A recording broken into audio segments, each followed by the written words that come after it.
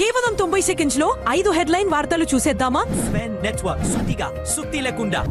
తమిళనాడులోని కరూర్లో తొక్కిసలాట జరిగిన ఘటనపై ఎఫ్ఐఆర్ నమోదు చేసిన పోలీసులు టీవీకే అధ్యక్షుడు విజయ్ ను తప్పుబట్టారు. 10,000 మందికి మాత్రమే అనుమతి తీసుకున్నారని, 25,000 మందికి పైగా ర్యాలీకి వచ్చారని పేర్కొన్నారు.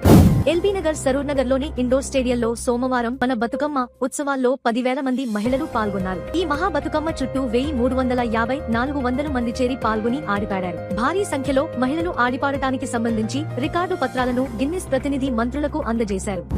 రాజకీయ వ్యూహకర్త ప్రశాంత్ కిశోర్ తన ఆదాయ వివరాలను ఒక సభలో వెల్లడించారు. ఇతరుల మాదిరిగా తాను దొంగను కానని, సలహాలు ఇచ్చి కోట్లు గడించానని చెప్పారు. 2 గంటల పాటు సలహాలు ఇచ్చినందుకు 11 కోట్ల రూపాయలు ఫీజుగా తీసుకున్నానని తెలిపారు.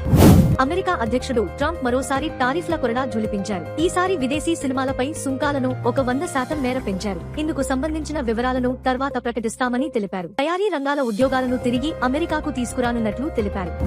ఓజీ సినిమా టికెట్ ధరలను పెంచే మెమోను 2 రోజుల క్రితమే తెలంగాణ హైకోర్టు రద్దు చేసింది. నిర్మాతలు మరొక్కసారి రివ్యూ కోరగా కోర్టు నిర్ణయంలో ఎటువంటి మార్పు లేదని స్పష్టం చేసింది. టికెట్ ధరలను కోర్టు నిర్ణయించిన తక్కువ ధరలకు మాత్రమే అమ్మాలి అని, లేకుంటే చర్యలు తీసుకుంటాం అని సింగిల్ స్క్రీన్ మల్టీప్లెక్స్ థియేటర్ల యాజమాన్యాన్ని పోలీసు శాఖ హెచ్చరించింది. సుత్తి కొట్టకుండా నిజమైన వార్తలను తెలుసుకోవడం ప్రతి భారతీయుడి హక్కు. సూటిగా చెప్పే మా స్వెన్ నెట్వర్క్ వార్తలు మీకు నచ్చినట్టు అయితే ఈ వీడియోను లైక్ చేయండి.